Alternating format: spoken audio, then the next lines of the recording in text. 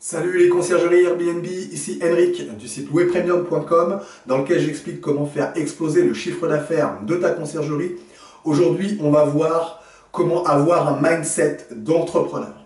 C'est parti.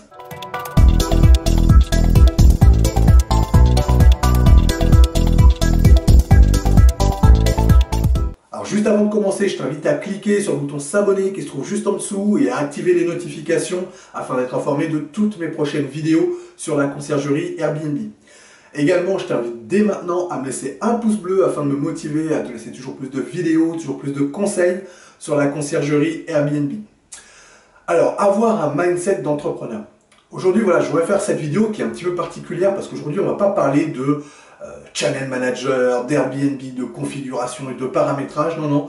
Aujourd'hui, on va parler vraiment de l'état d'esprit, du mindset de l'entrepreneur. Parce qu'en fait, finalement, voilà, dans les échanges que j'ai avec les différentes personnes que j'accompagne sur la création de conciergerie, je me rends compte que finalement, il y a un frein finalement qui empêche les gens de soit d'avancer dans la création de leur conciergerie, soit même de se lancer tout simplement. Il y a une crainte, et cette crainte finalement, elle est liée à quoi? Elle est liée à la psychologie, à l'état d'esprit, au mental, à ce qu'on a dans la tête finalement. Le plus grand problème finalement, c'est pas quel channel manager on va choisir, quel message on envoie, sur quelle plateforme, etc. Ça, c'est des détails techniques qu'on sait résoudre aujourd'hui. Je te partage beaucoup de vidéos sur le sujet, sur comment tu vas paramétrer ton channel manager, quel type de message tu vas envoyer.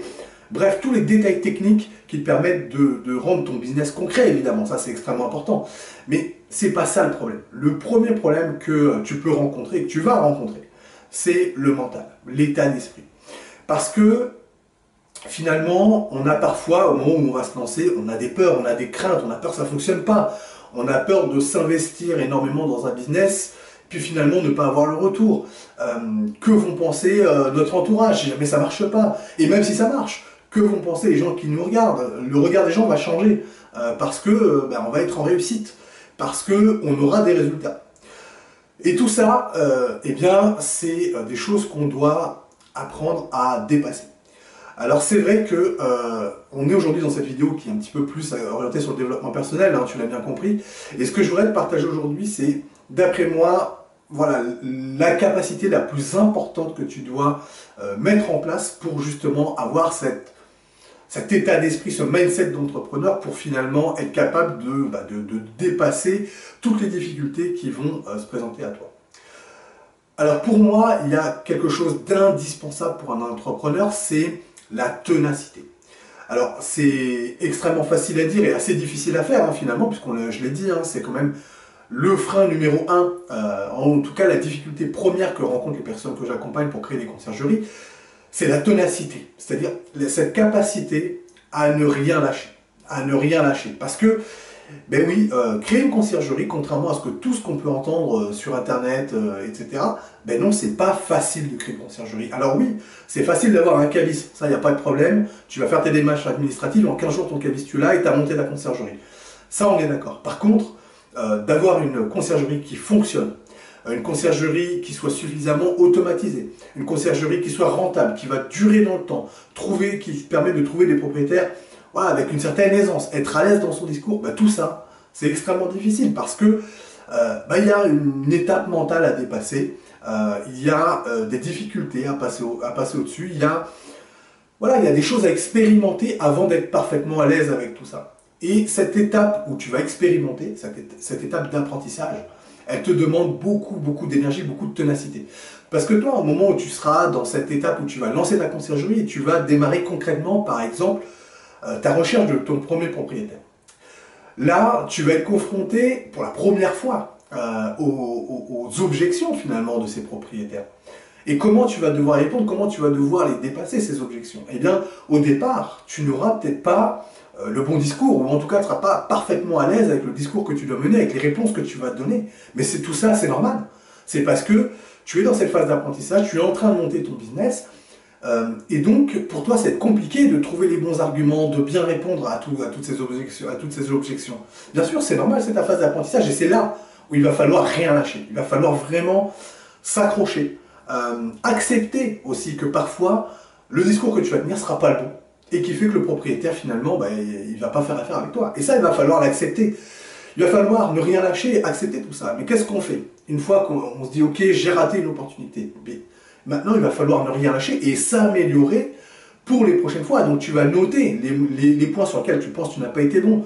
Quelles ont été les questions de ton propriétaire? Qu'est-ce que tu as répondu? Comment tu peux améliorer cette réponse pour être beaucoup plus efficace la prochaine fois? D'accord? Donc tu vois que ne rien lâcher, ça fait vraiment partie de l'état d'esprit de l'entrepreneur. Et sans ça, tu ne vas jamais pouvoir avancer. Alors c'est sûr que quand tu es dans cette étape d'apprentissage, tu vas regarder autour de toi d'autres personnes qui font la même chose, hein, d'autres conciergeries, et il y aura quelque chose d'un peu bizarre, c'est que tu auras l'impression que ces personnes, bah, elles claquent des doigts et les propriétaires viennent à eux. Tu as l'impression qu'ils font très peu d'efforts pour avoir des résultats qui sont vraiment supérieurs aux tiens.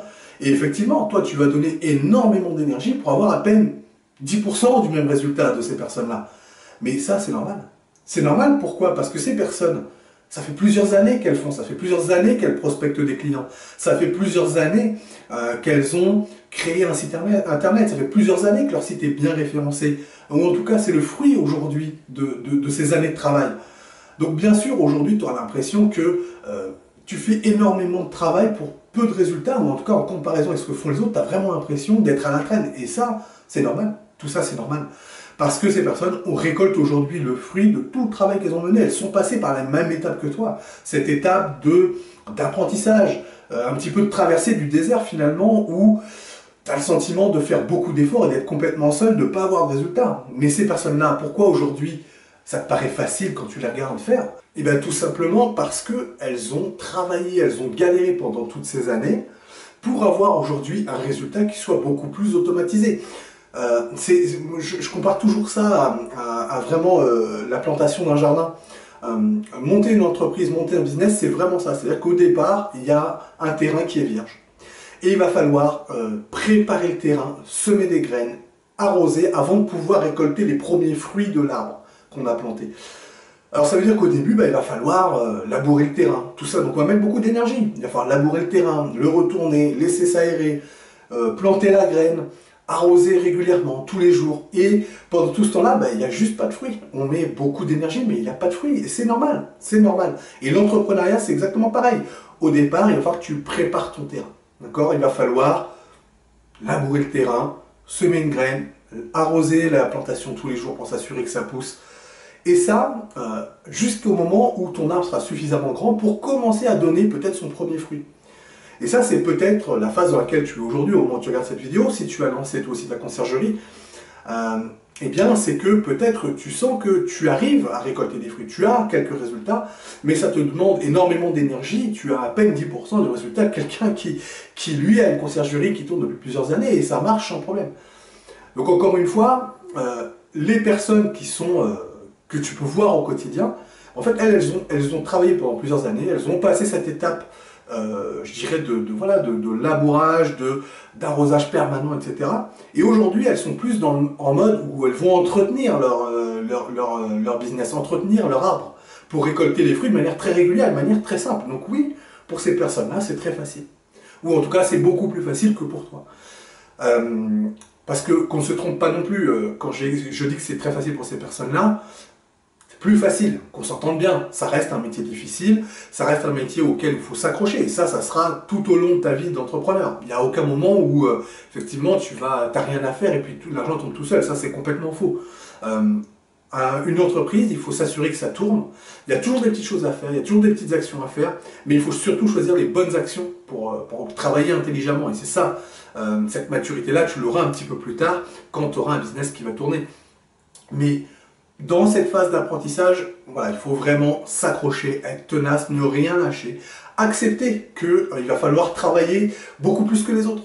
Il va falloir l'accepter parce que le résultat ne sera pas tout de suite. Encore une fois, tu es sur l'étape de labourage du sol, planter la graine, on arrose et pour l'instant il n'y a pas de fruits. C'est normal tout ça, d'accord?